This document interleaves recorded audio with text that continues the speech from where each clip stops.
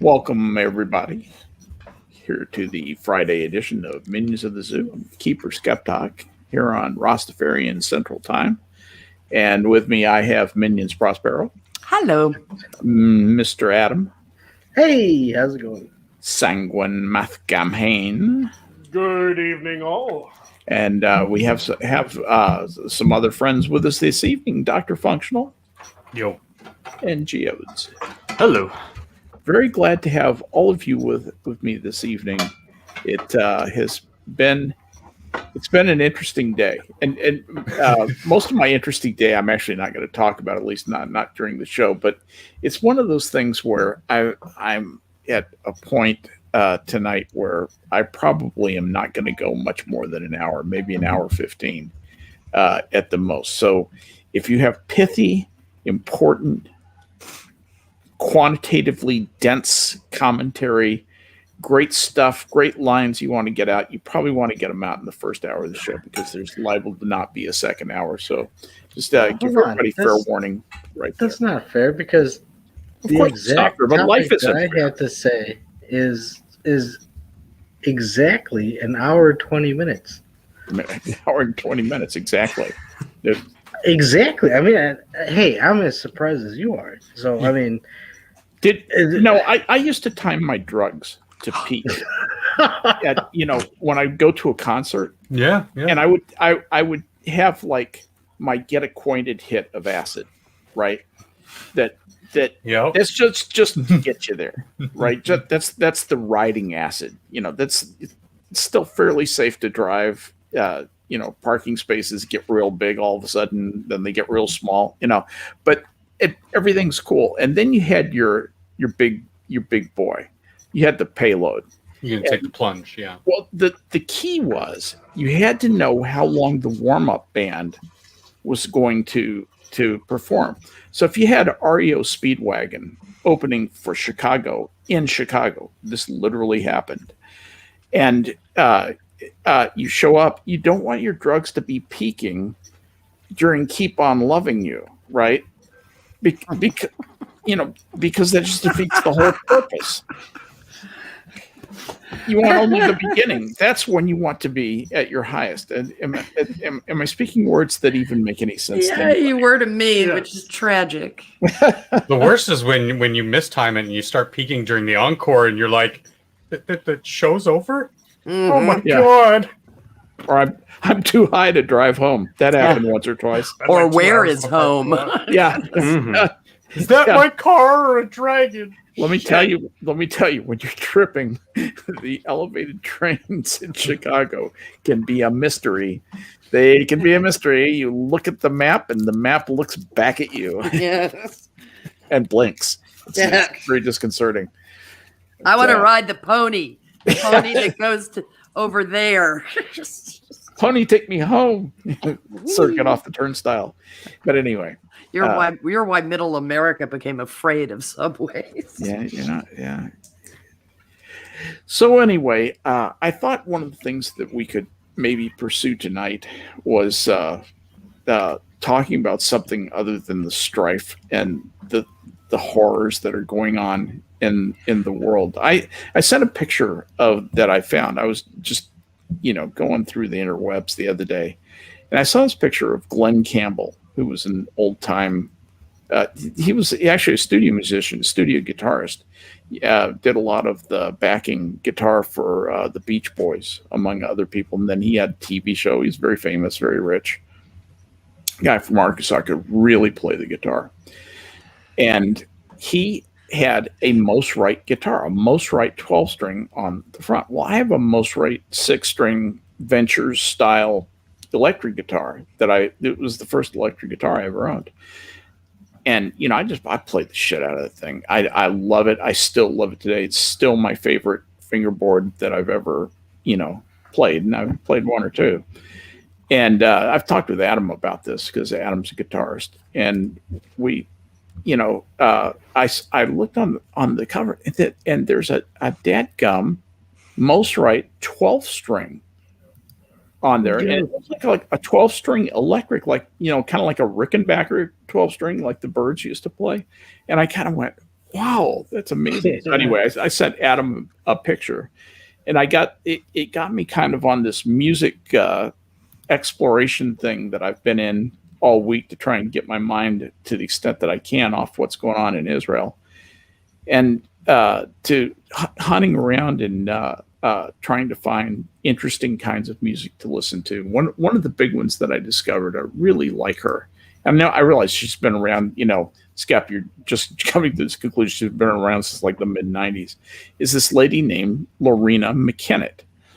And she sings Celtic music. But this is not Enya. This is like the real shit. Enya is wonderful, and I like her, but she sings kind of like the disco version of most of her commercial stuff is like the disco version of Celtic music. Actually, she can actually sing real Celtic music and do it authentic, and she's amazing. This lady plays like 6 instruments, and she's a soulless ginger, has shocking orange hair, and she's still out there performing, and I just kind of dig that. I don't know if any of you guys have heard Lorena McKennett. I've heard her. I think I heard her with oh bloody hell, doing it was like a God, was it with the Clancy's or anyway with somebody? And and how do you like her? Remarkable voice. She has that authenticity is the word they're looking for. Yeah, it's an ethereal clarity. Yeah.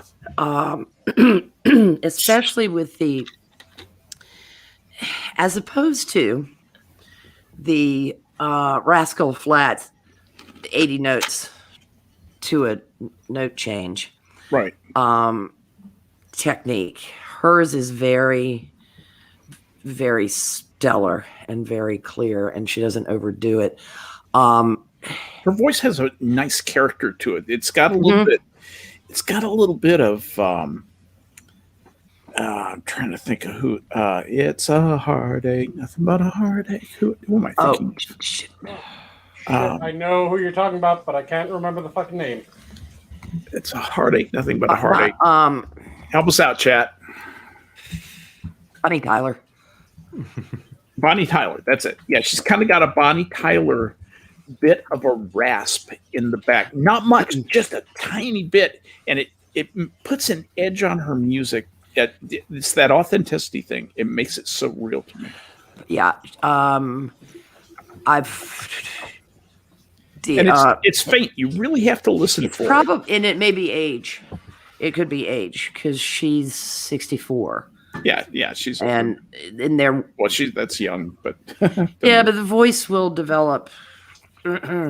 Yeah, certain rough edges over time. And gravity's a thing, ain't it? There's oh God, who was I? As far as like diction and clarity of singing, the closest I could come with an American is another ginger. Oh God, what's her face? She's got a beautiful voice. Jehovah. I'm gonna have to look her up. See, it's contagious. You talking about Adron or no? Okay. Hang on. Adron does not have great diction, although she Alison Krauss. Oh, Alison Krauss, really? Okay. Have you heard her sing? Many times. Are you kidding? You know how popular she is in Texas? Jesus God. Okay. But have you heard her sing the Wexford Carol? Yes, I have. Okay, that is what I mean. She can do that peculiar Celtic warble reasonably well. Yeah. Which is not common in American. She's a very amazing talent. Yeah, except this woman is more maybe Emmy Lou in her clarity, but not thready like her. Yeah. But these young people and their popular music. Yeah, really, we're not World's gone to hell in a handbasket. That's not music, that's garbage. Yeah. And it's so funny because I remember I was watching TV, watching the Beatles on TV. They did Revolution, the fast electric version of Revolution, or what the hard rock version of Revolution, not the soft one that they did on the White album. And my father sat there and watched it, and I said, "Wasn't that amazing?" And he looked at me and he said, "It's psychotic." It was, he was just horrified. Now, Dad considered Benny Goodman to be trash. So, he is such a classical music snob. All of Goodman, including his Mozart clarinet concerti, or he's not a serious musician. Benny Goodman's not a serious musician. He is actually said those words. I know. He's a prisoner of what he was taught, was supposed to believe. And then he married my mom, who is the biggest classical music snob you ever met, and who actually came around. She said, the ones who brought me around were Paul McCartney and John Lennon. She said, those guys have some real talent. And she started listening to popular music. My dad was just like, oh my God, they've corrupted my wife. And she was actually the greater talent between the two of them. He'd be the first to tell you. He may have been an opera singer, but Mom's classical music background was much thicker than Dad's. See, I knew the Goodman library of swing before I ever knew that he had recorded the Mozart clarinet concerti. Do you know what he said about Benny Goodman's classical efforts? He said they were inoffensive. I remember exactly where we were when he said that. I knew that key to memory in me. He said that was inoffensive. That's a valid statement, but there are very few popular musicians out there playing big band music at the time that would dare touch Mozart like that. I mean, it requires, because too many notes. Well, if you've ever heard Billy Joel play classical music, he's amazing. Kind of the reason he developed the hatred for it is he wanted to play a little boogie woogie and fool around on the piano. Exactly and right. Dad used to knock him off the piano stool for not practicing his Mozart, which is enough to make you loathe Mozart. Beethoven. Loathe your father. Loathe your father. End up being kind of a dysfunctional adult yourself, and loathe Beethoven. Yeah. Although I don't think Billy Joel ever transferred it to Beethoven, but I could see it happening. If you ever want a treat, by the way, ladies and gentlemen, listen to Billy Joel's live performance of the Root Beer Rag. Don't at me. Just listen to the performance. It's the best 2 minutes of your life you've ever spent listening to the piano. He has real dexterity and has a lot of fun with that song. He's pretty evil, actually. If you dig into the sheet music, particularly of some of his early stuff, the album Street Life Serenade and Turnstiles, that. Two very different albums, by the way. But well, he's a bit like Paul Simon in that he changed. He morphs, yeah. He changed with each album. There's only one album of Billy Joel's that when it came out and I listened to it, I was like, oh my God, I finally found one that I'm like, and that was Glass Houses. Glass Houses. Before you said it. Yeah. I knew it before you said it. I was like, that you phoned this one in, Billy. Absolutely. We Didn't Start the Fire. Was fine. That was fine. It was derivative. I've always considered that just derivative. Very derivative and very average. But not worthy of his talent. Oh yeah. Innocent Man. Innocent Man was so much better. Oh yeah, God, yeah. That album is outstanding. Yeah. But I mean, like even the most accomplished and talented of musicians throw out a cheesy pop song like We Didn't Start the Fire and just gain like global notoriety. Mozart's late operas. Yes. Half of them were crap. Paul Simon. I remember Paul Simon did it. Here Comes Rhymin' Simon is an uneven album because there's some real Chevy Chase and the goddamn filler music in there. video. Yeah. I was the first drummer for Steely Dan. Yeah, you lasted a week. The only thing musical, I say musical as a joke, that I ever saw Chevy Chase do that was worth a shit was on Saturday Night Live. Carly Simon did You're So Vain. And, Carly had performance anxiety. So she wouldn't do it for that intimate studio audience. She just was one of those people that would lock up in an environment like that. Great tragedy, by the way. But they did it in a blacked out studio with just her and Chevy visible. He's standing at the piano wearing an apricot scarf. Scarf, it was apricot. With a triangle in his hand. Of course. It was. I remember that. It was absolutely perfect. It was a perfect performance of it. Because of all the people that acted, whether he believed it or not, I'm pretty sure he did. Like, he thought he was God's gift out of that original cast. It was Chevy.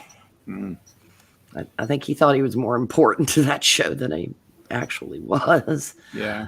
He was kind of Johnny One Note. Yeah. He turned out to be a one-trick pony with a publicist. Yeah, Aykroyd was a lot more talented. Oh, yeah. And Belushi was a genius. Yeah. Belushi was just holy shit. He was so funny it fucked him up, I think. Yeah, it almost frenetic at times, to the point it was like you're running away with the comedy here and you're going to lose the audience. And I think it's almost more accurate to say he was so fucked up, he was so goddamn funny. Because in some regard, yeah. Yeah, it seems like there's that kind of like genius and insanity kind of tiptoe along the same line, that one barrier. Yeah, it seems like the fucked up qualities also kind of walk hand in hand with comedy genius. When Robin Williams was at the peak of his snorting everything he could find, Parmesan. he was not all that funny, actually.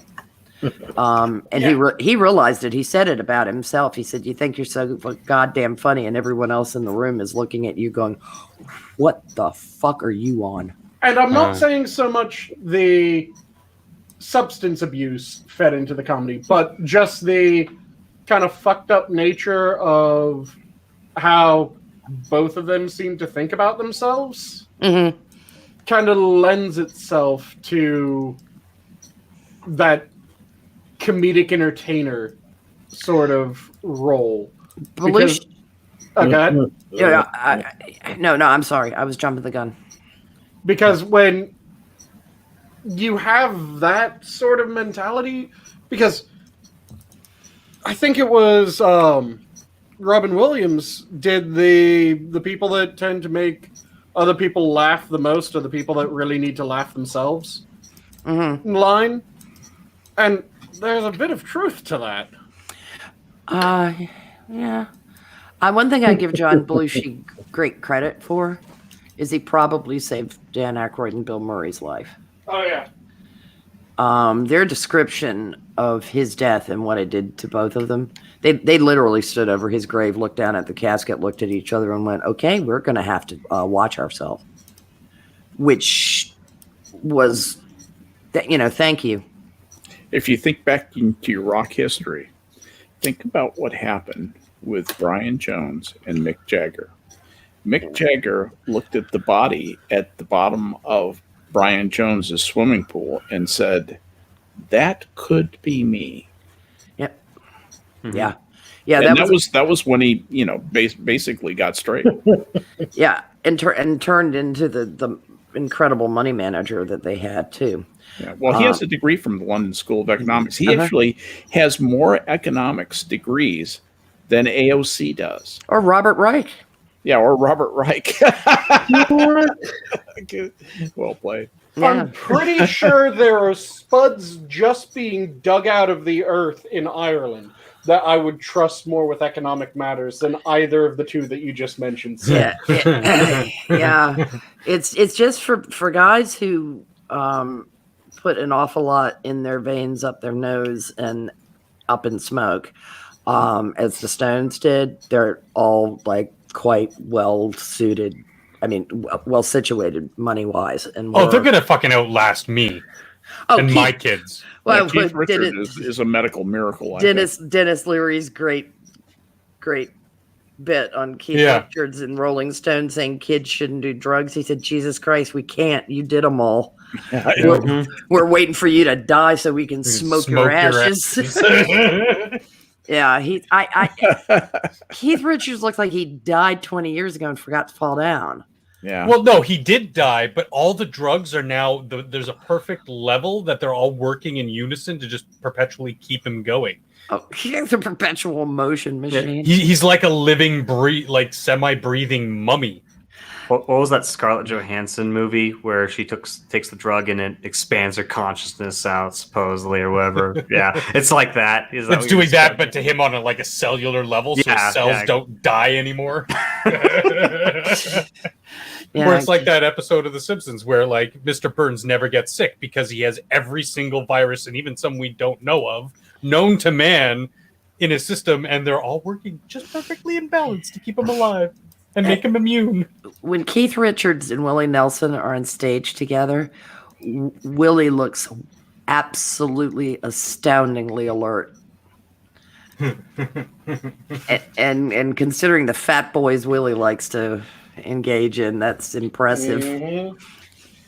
Marijuana doesn't seem to take the toll on you that cocaine does. I mean, if you look at a stoner like Willie, compare him with Mick Fleetwood. Oh God! Saying them all. Mm-hmm. Yeah, well, man, there's a toxic group of people. Oh my God! Everybody around them was toxic. Well, so there were so many fucked up. If you listen to Creek Alley, it's like a list of people who were immensely fucked up. Oh it's of course they were immensely talented. Yeah, it's a fun song because it is making reference to so many musicians. Yeah, John Sebastian is the sanest person in that list of people. Yeah, in a coffee house, Sebastian sat and after every number they'd pass the hat. Yeah. But then McGuinn and McGuire, and it's like, those two. Roger McGuinn is lucky to be alive. The amount of drugs he did. But he got straight and he's still alive and kicking. He looked pretty good at the tribute concert. So. Yeah, so did Clapton. 25 plus years as a heroin addict, but he was a very well managed one. I mean, that was almost a maintenance addiction that he then had to. He just couldn't. He was done with it. Yeah, but he was done with it. I think that was the personal decision, and I have always credited him with. Obviously, he did it right because so close to his newfound sobriety, his son died so tragically. Yep. And that did not send him running back to the needle, which was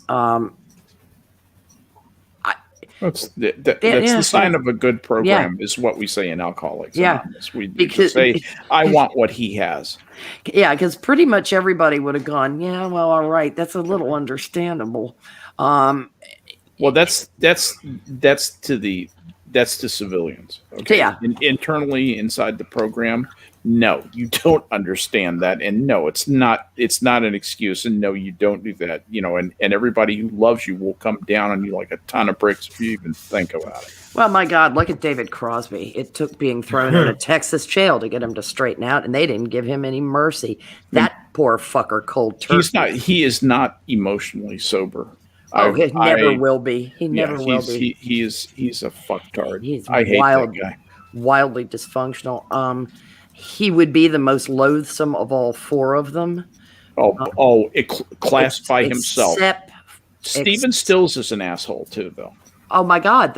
One of the funniest stories I ever heard is what David Crosby said. Graham Nash said to him right as he was going in for his liver transplant.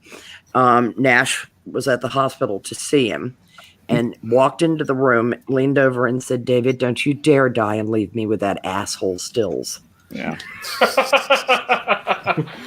He is. He's a butthole. He Well, just is. Neil Young is a dickhead too. And Neil Young is a dick. The Yeah. only nice Graham one Nash is is Graham like- Nash. He's the only Yeah. legitimately nice guy in the group, you know. And he's and David Mike. Crosby has shafted him for years. Yep. But My- man, could those guys produce some great music? Yeah, they did. Fair point. A lot of really great artists are completely like they're either insane or just mega assholes. Yep. To what you were just saying, my sister met Young, and she asked him for an autograph. She was a huge fan. I didn't know who he was. I was a little kid, and he was. She repeats the story because I was too young to know what was going on. She says he just sort of went, "Yeah, fine, whatever," and it was just like. Here's this, sweet, innocent, teenage girl just asking for your autograph, and he's just like, yeah, whatever. Did she go home? Like he was so fucking busy. Did she Like go I home and said- cue up "Sweet Home Alabama" immediately after that encounter? Oh god.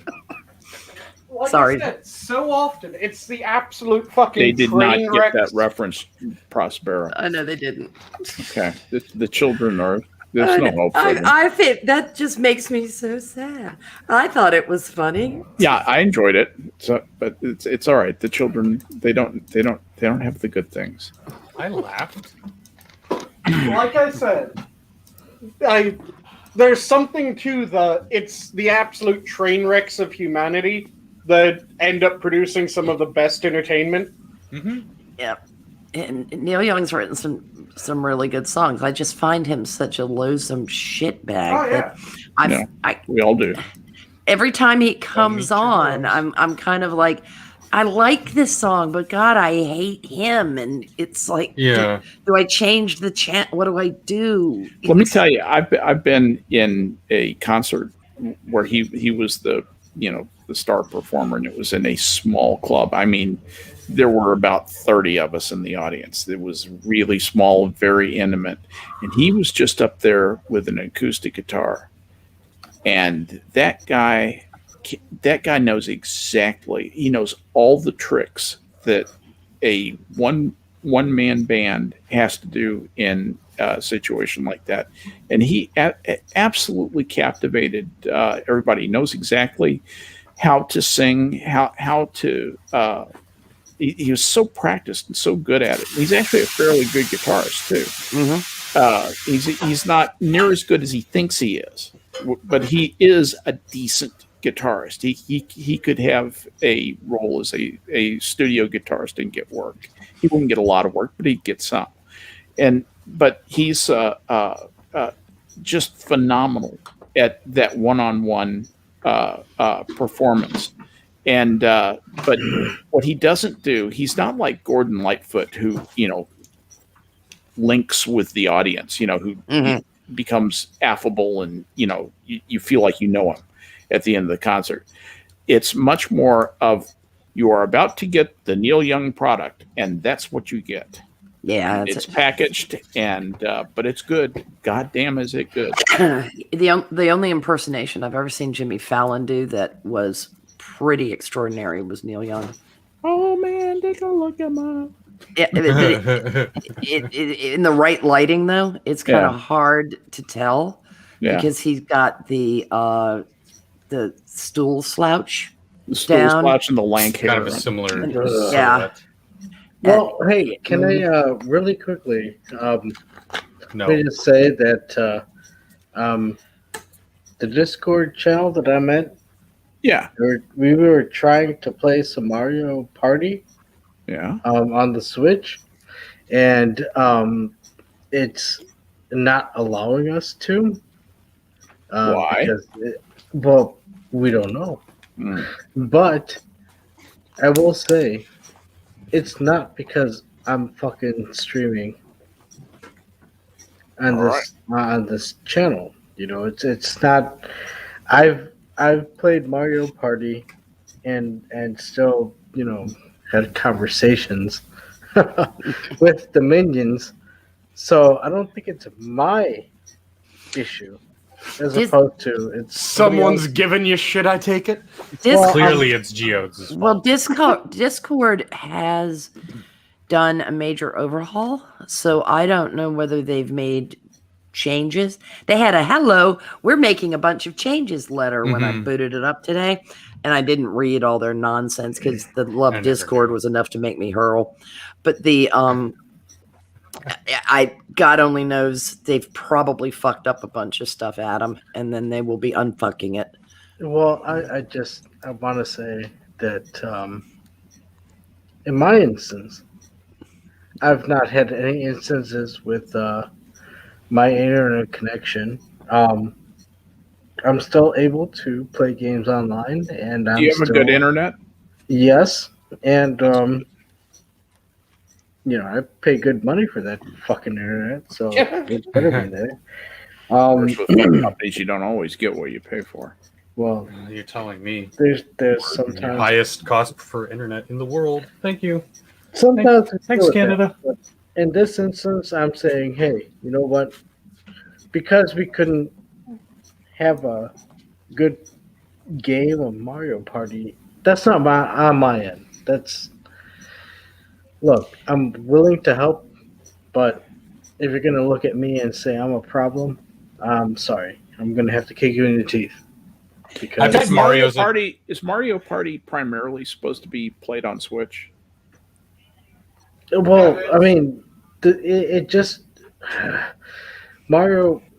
There's a game, Super Mario Party, and then like I think it was like 2 or 3 weeks ago, they added like online player for it, so Mhm. people are playing it. And hey, I like playing the game. It's a fun game. You know. So the Switch capability is a bolt on to the game. The game comes like for, you know, you can play it offline basically. Yeah. Well, in this instance, yes. The idea is that they want people to play local, so they want 4 people to go and play Super Mario Party together. With online play, though, this is where we're working at, and and in this instance, I would say it's brash. Can I say brash? That's a brash take from it, right? It could be Discord. Yeah, it's bet- just good. I bet Mario's a real asshole in real life. Well, you know, Are you some talking people- Vitali with the big wheel of Parmesan, or which? No, I Mario? know he's an asshole. Okay. Mario. Luigi Mario? I bet he's all right. I bet he's more chill because Right. he's not the forerunner. Are you saying that these brothers are more susceptible to emotional? Rescue. No, I'm just making suppositions. I've never met either of them in real life, so you know. Yeah, me either. Although Let I me know if would've you loved- do. Hey, in all honesty, and let's push aside the veil. I would have loved to meet fucking Lou Albano. He's Why? a cool guy. I Oh, don't know. just seems like a cool guy. That's all. I wouldn't have mind like Lou Albano, Andre the Giant, fucking Ben Franklin. Randy Savage, Ayn Rand. Well, no, yeah. I'm talking about wrestlers, sir. She was So, a like, wrestler. Ayn Rand was a super heavyweight. I don't think Thomas Jefferson was a wrestler. Yeah, he was. He was back. He in was the day. first wrestler, the first He was- American He wrestler. was. Yeah. He He's actually the third wrestler. You don't understand, brother. He wrestled with his conscience. This is what. Not only did I develop the swivel chair, but I also wrestled. I've got an image of the Constitutional Convention now, done by wrestlers. That is John Adams' brother. yes, thank God. Let me tell you The about eagle comes freedom. screaming. This is making me happy. Actually, It's so ridiculous that it would be so wonderful. So American. Yes. That's a more amusing version than just picturing them all singing during it. Yeah. For those who don't know, 1776 is a musical. I've seen. Trust me, I've seen it. Yep. Oh, jeez. I graduated from high school in 1976. What do you think one of the plays was that year? In 1976, that I didn't understand what George Washington would have said. Woo! 1976, on the bicentennial on July 4th, I had we were in 3 watch sections aboard the USS Kansas City, and my watch section got to duty, and so I got to stand officer of the deck in port, in the dock there, in the port of at Naval Air Station Alameda on the quarter deck, and look out at all the Blue Angel flybys and the aerobatics teams and the fireworks displays and everything else. And it was an absolutely gorgeous day. It was one of those patented days in the Bay Area that, it's 78 degrees and the weather's just perfect with like a light three knot breeze, and all the pennants. The ship was all decked out. Every pennant we had was strung up. It was just, we looked gorgeous. The ship looked gorgeous. The base looked gorgeous. It was just kind of one of those. You look back over your life and you say, what were some of the coolest things that happened to me? And that was just standing watch on that ship. Yeah, being as OD, you are in charge of the ship. If I had said we're going to get underway, they would have gotten underway, and 50,000 tons, loaded 80,000 tons of ship would have pulled out and gone wherever I said to go, and that's a pretty heady feeling for a 22-year-old kid. And I imagine standing there on the deck, that notwithstanding, but you're like looking out at just this amazing celebration, this amazing slice of America, and going, like this is why I serve. Like, yep. Just they had the air moment. squadron. They had the air squadron in the air. Our battle group was in the USS Enterprise's battle group, and the Big E was tied up just opposite of us, and their air boss had some of their airplanes doing low passes. It was just, god damn, it was awesome. A friend of mine was able to come in on the tall ships into New York. He was in Baby Navy, the Sea Cadets. Yeah. And got picked for heading out for the turnaround and coming back in. So, I mean, he missed a bunch of stuff that was going on at the end of the year in high school, but he didn't care. Yeah, I can imagine. Because it was just too cool. That would have been fun to be part of that. I mean, for an 18-year-old kid getting ready to head off to college, I mean, it was like... We heard it was a port services up there. It was a nightmare. It's a complete nightmare. They were not equipped to deal with things on that scale. There was not enough berthing space. There was a whole bunch of problems up there. But what people saw was amazing. Yeah, they didn't know about the technical difficulties. I did not bother to even think about going into Boston because it was going to be insane. So I watched the pops on TV, but being summertime, all the windows were open. And the town that I lived in, the way it was positioned was south and actually a little east of Boston because of the curvature of the bay. Yeah. So I know which town you're talking about, so I know exactly what you're talking about. The English were coming into the bay. So when they fired the howitzers during the 1812, I'd see it on TV, and then I'd hear the 2 seconds later, and then I'd hear the report. Yeah. And it was I didn't just feel the vibration 2 seconds after no, we were No? too far away Too for far? that. Oh. Also too diffused by water.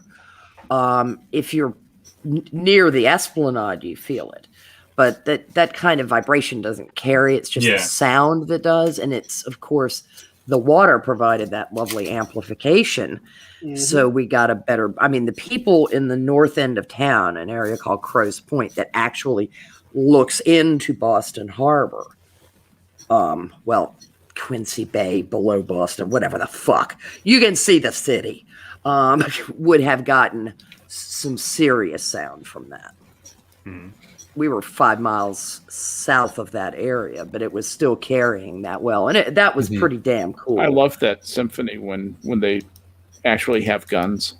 I just think that's a wonderful thing to add to that.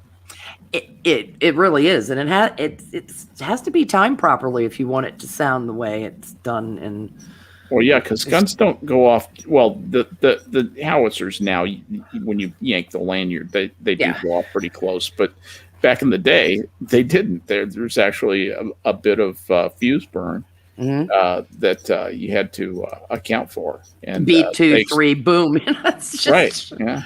And you touch the fusing powder at this note.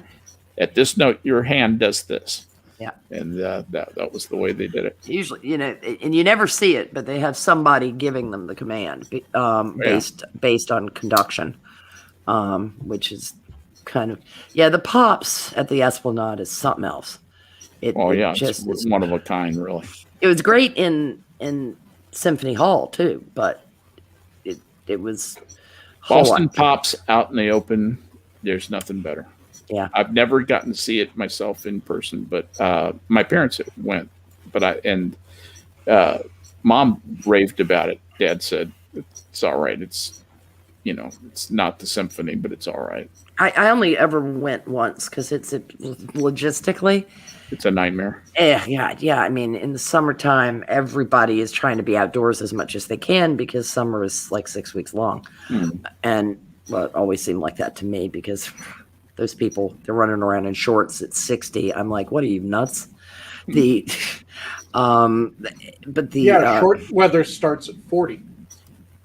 Well, for certain people in the sped variety, yes, it does. I mean, we moved up there. Depending on where you are on the evolutionary chain. Yeah, we moved. I mean, when we moved from Florida, my mother was like, "These people are out of their minds," because we were so accustomed to hot weather that it was chilly up there to us in June, and people were just racing around in tank tops and shorts, and my mother's like, "Oh my God, it's still like January weather in Florida."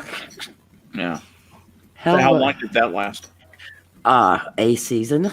Yeah. You adapt really quickly. Really quickly. And it gets hotter than hell up there for a shorter period of time. But back in the good old days of really bad smog, we used to have inversions in the summer, and that was just friggin' disgusting because it was carpet buckling weather. The humidity was high, the heat was high, and the air was just cut it with a knife. Did you get to the point where the walls start to sweat? No, but it fortunately it never got quite that muggy. I don't know whether it did up at the harbor for people, people who are on the water, but there's usually enough of a breeze. And the North Atlantic in that area is cold because the Gulf Stream has merrily fucked off at Cape Cod. Bye, going to Europe. See ya. Yeah. And so any breeze cools pretty significantly. But it was a hell of a climate change. From the swamp to the frigid north. So sitting in a big crowd in the middle of summer in Boston and then trying to get back to the T to get wherever the hell you parked your car. Not exactly a lot of fun, truth be told. Just be thankful it didn't rain. Yeah. Yeah. Because you're right along the Charles River, too. So the mosquitoes are just having a field day. Yeah. Then you'd have to slog through mud every now and then. Although Richmond was worse for rain and mud, Mm. was what I discovered. But that's because I happened to be in college during a period where September resembled the Mekong Delta. It just, like 2 years in a row, September, it rained so much. It was unbelievable. In the campus where I was, there was a path that ran up a hill that was a dirt path that you took it almost on your hands and knees to get up it. It would be that runny with mud. Oh, God. Yeah, it was pretty fucking disgusting. That's like apparently Prospero knows the school I went to. Uh-huh. There were several years there where people would bust out canoes to get between the dorm buildings. Oh yeah, that low area in there. Oof. Well, with the railroad tracks going right through the town where your school is, there's a significant runoff too. Yep. Yeah, that's one of the things the survival training in Northern Ontario taught me. Yeah, because it's a thick canopy, there's not a lot of grass and shrub on the floor. Mm-hmm. So when it rained, it turned into basically just muddy swamp. We used to build Unless you were on high. a mudslide on one of the hills on campus for the non-affiliated students. The University Student Union held, because there was Greek Week, so they held what they called Dutch Chaos, and it involved a great amount of Dutch courage and people going down a mudslide. That was merely one of the events. There'd be a like a good sized concert like Jimmy Buffett or something like that also, but that for a small school that was pretty impressive. Yeah, our school was a couple blocks away from there's a big ski hill in the middle of Toronto. And my friend went down the ski hill on a mudslide that was forged by the rain, and he caught his arm on a rock.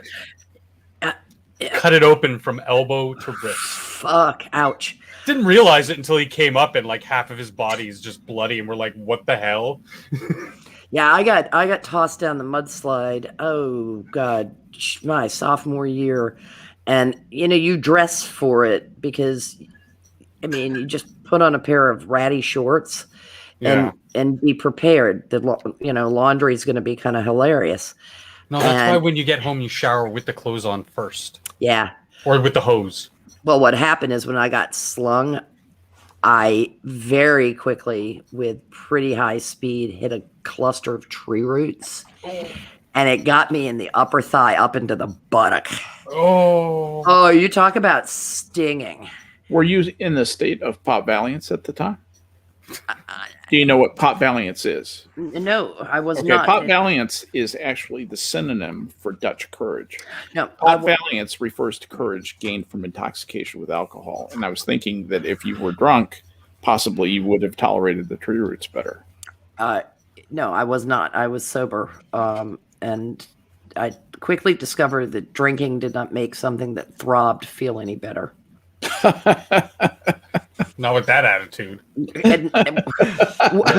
Not with that attitude, young lady. Well, I couldn't. I left cheek sat. Let's just put it that way. Yeah. For about a week. It was.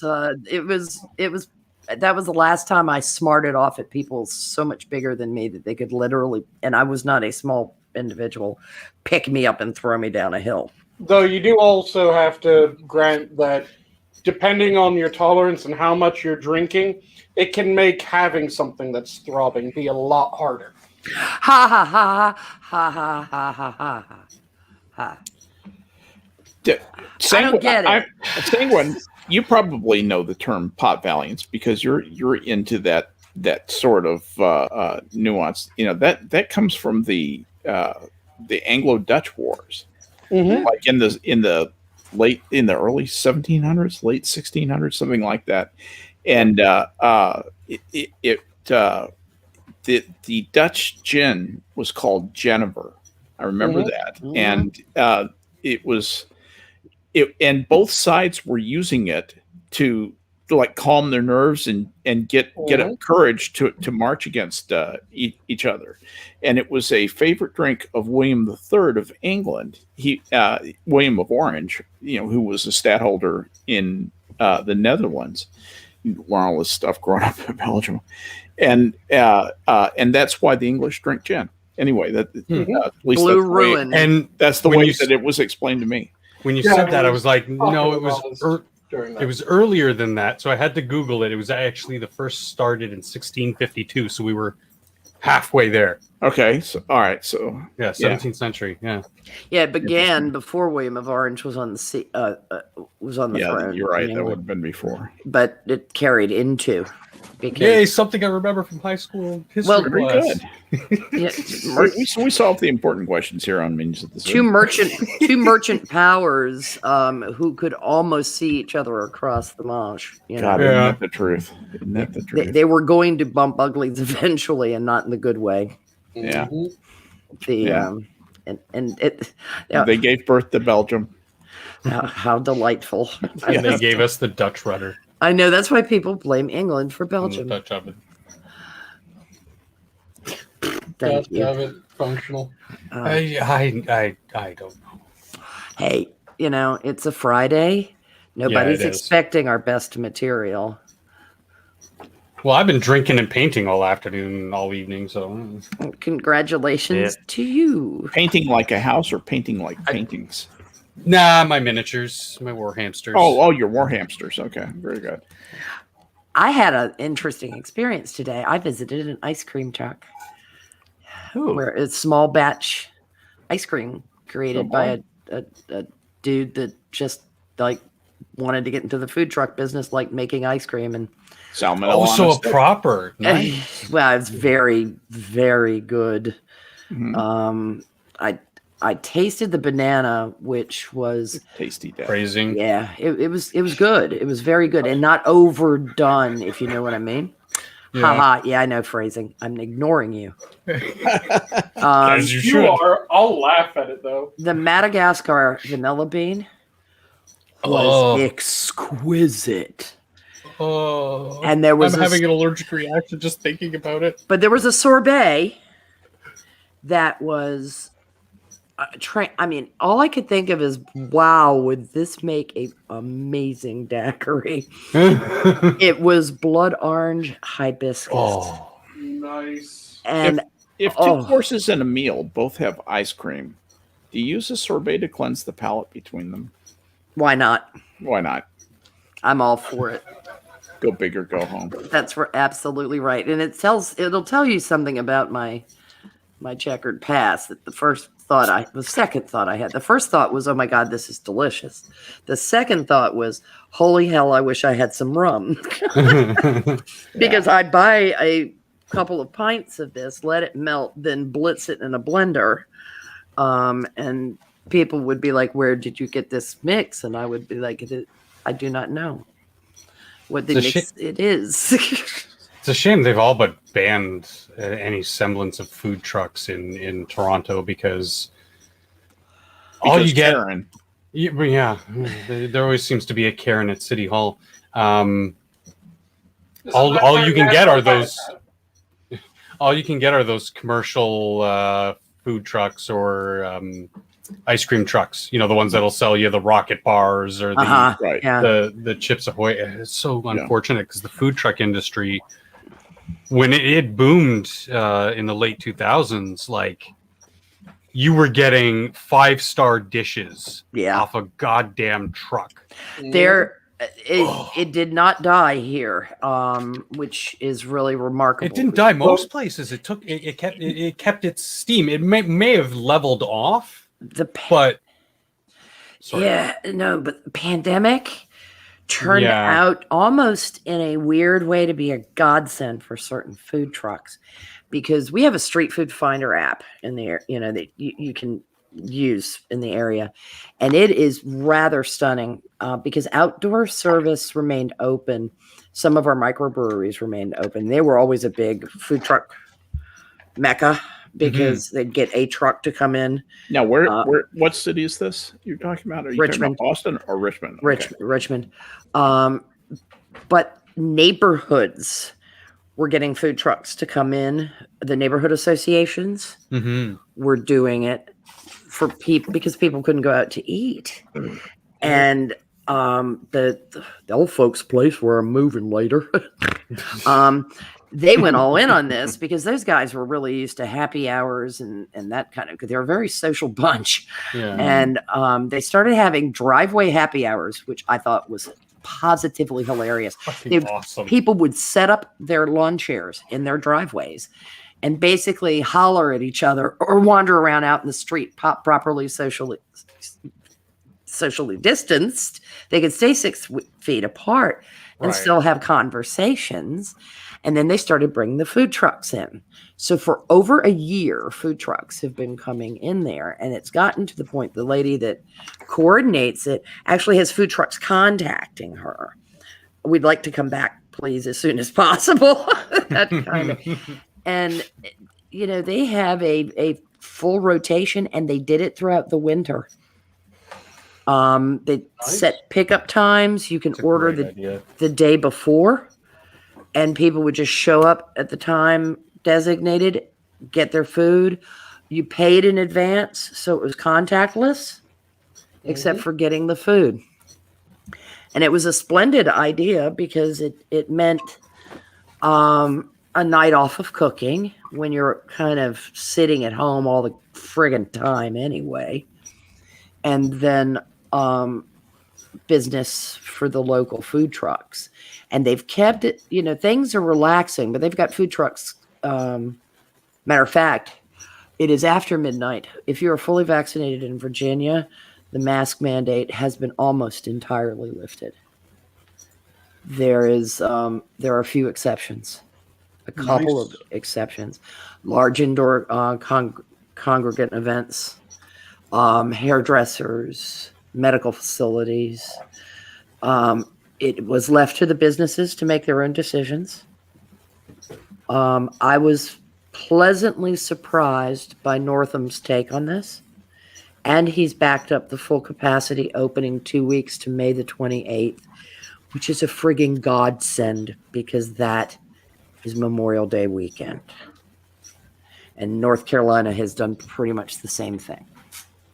So those locations like Virginia Beach. Pardon? This modern world. Yeah, well, more than half of the state has received, at least the adult population has received, it's like 68% has received one vaccination for Virginia, and we're at a pretty high rate for 2. We have a lot of medical community, like I almost want to say super spots so people have not been as, I'm not getting that there thing that alters my DNA. Of course, we're very much for getting the vaccination. So, I'm having my second jab tomorrow morning at 9:30. I am absolutely thrilled. Which is why, ladies and gentlemen, this show is coming to a close, and it's time to send it around the horn and get some final thoughts from everybody before we call it a night tonight.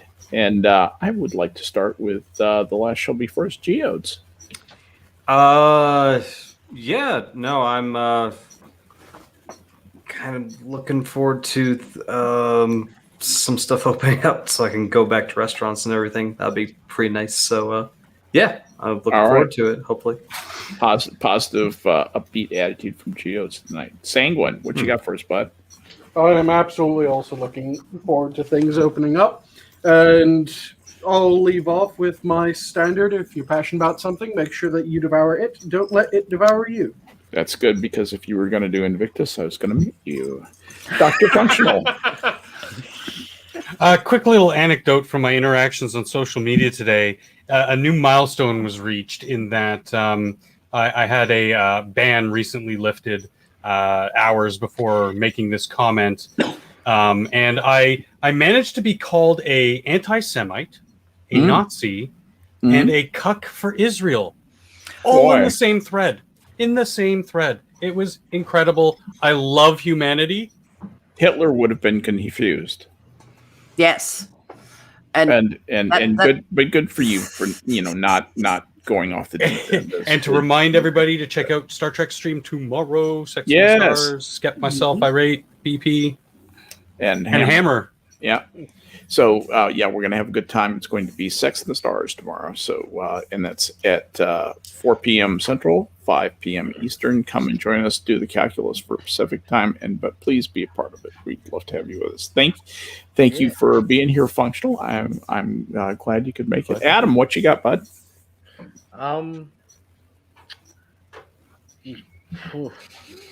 Well, I don't know. I honestly, I feel like I didn't really contribute a lot to this conversation. Enjoyed having you here, man. And I just hope you had a good time. That's all. Hell, man, your avatar's enough. Well, Love that avatar. Sometimes your focus on the main line as your champion cavalry are going and flanking on the left. But all right. That's a great point. Although I will say that I saw on Twitter that we're allowed to combine together for a phalanx. Mm-hmm. And all I'm saying is, look, Persia is looking pretty tasty right now. All right. A little spicy from Adam there on the closing remarks. Thank you, bud. Thanks for being here. That's a history thing. But let me close out with hey, look, I love you all, and God bless. You all take care. Thank you, bud. Back at you. Mm-hmm. Yes. And my wing woman, Prospero, take us out of here. Gather the legions. Gather the legions from all the regions. Right over there. My shield's in the other room, or else I'd give you a clank clank. Yeah, Mola Labe, motherfucker. I believe that was the quote. That's it, really. From my cold dead hand, huh? Yeah. Come and take it. Yeah. Well, that's well, I want to thank you guys for being here with me, hanging with me for an hour. I'm sorry I couldn't go longer tonight, but sometimes I'm an old person, and that's just the way things are. And so we went an hour tonight, and that's an hour more than I would have thought I had in me. So thank you for being here. Thank you, chat, for coming and listening to us prattle on for an hour. We do this for you, and we have a good time doing it, no doubt. But you are the reason we're here, and I'm going to leave you with this. Any priest or shaman must be presumed guilty until proved innocent. And also, there is no conclusive evidence of life after death, but there is no evidence of any sort against it. Soon enough, you will know. So why fret about it? Anyway, with that happy little thought, the zoo is closed. Good night, everybody. Good night.